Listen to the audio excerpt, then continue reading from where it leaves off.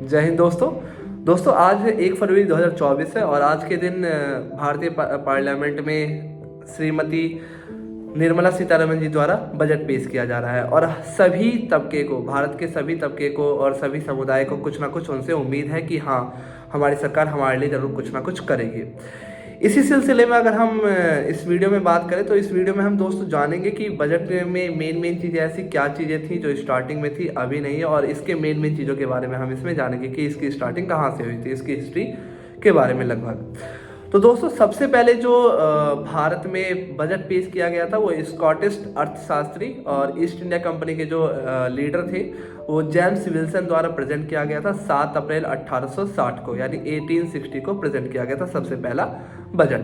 उसके बाद कार्यकारी सरकार के वित्त मंत्री रहे, यानी आज़ादी के बाद की अगर मैं बात कर रहा हूँ दोस्तों, तो 26 नवंबर 1947 को आर के सन्मुख शेट्टी जो कि कार्यकारी सरकार के वित्त मंत्री थे, उन्होंने बजट पेश किया था, जिसमें आमदनी लगभग 171.15 करोड़ यानी 171.15 करोड़ की कहते आमदनी का अनुमान रखा गया था। उसके बाद 28 फरवरी 1950 को, यानी जब हमारे देश गणतंत्र बन गया था, यानी कि संविधान लागू हो गया था, उसके बाद पहला बजट पेश किया गया था 28 फरवरी 1950 को जॉन मथाई साहब के द्वारा। उसके बाद इसी बीच में 1924 की अगर दोस्तों बात है, 1924 में रेल बजट को आम बजट में, जो कि अभी नॉर्मली पेश हो रहा है, इसे आम बजट कहते हैं, आम बजट में पेश नहीं किया जाता था, क्योंकि तब के सरकार का मानना था कि उन्हें रेल को और ज़्यादा एक्सपैंड करना है, तो उसके लिए अलग से बजट होना ज़्यादा अनिवार्य है, उनको नेटवर्क और ज़्यादा क्रिएट अच्छा स्ट्रांग करना था, इसलिए उन्होंने रेल बजट को अलग कर रखा था इस चीज़ से। इस बजट की अगर मैं बात करूं तो सबसे ज़्यादा बार जो बजट पेश किया है वो वित्त मंत्री रहे मोरारजी देसाई जी ने प्रेजेंट किया है, जो कि लगभग 10 बार प्रेजेंट कर चुके थे।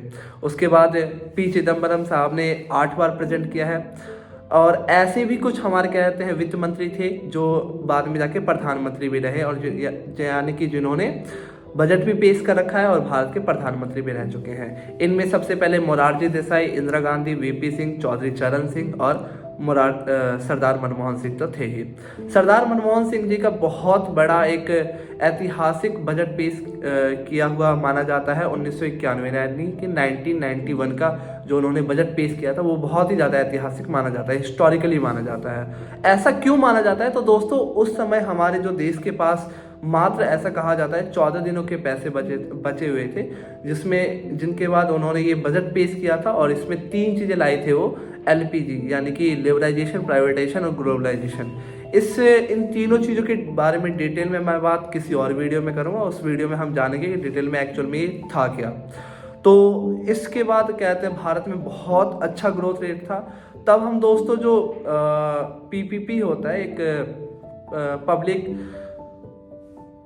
परचेज पैरिटी होता है, यानी कि लोगों की खरीदने की क्षमता, एक कहते हैं सर्वे होता है, जिसमें ये देखा जाता है कि कौन सी कंट्री किस पायदान पे थी। तो उस कंट्री में उस वक्त हम सबसे लोअर यानी कि सबसे नीचे कहते हैं पायदान पे थे, और जब 2014 में नरेंद्र मोदी जी को सत्ता दी गई उस वक्त हम तीसरे स्थान पे थे।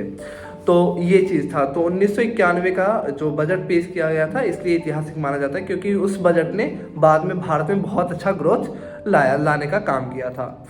उसी के बाद दोस्तों अगर मैं बजट के बारे में कुछ ऐतिहासिक और चीज़ें बात करूं तो ये जो बजट था दोस्तों फरवरी माह के सबसे अंतिम सप्ताह में प्रेजेंट किया जाता था किसी भी वित्त मंत्री के द्वारा।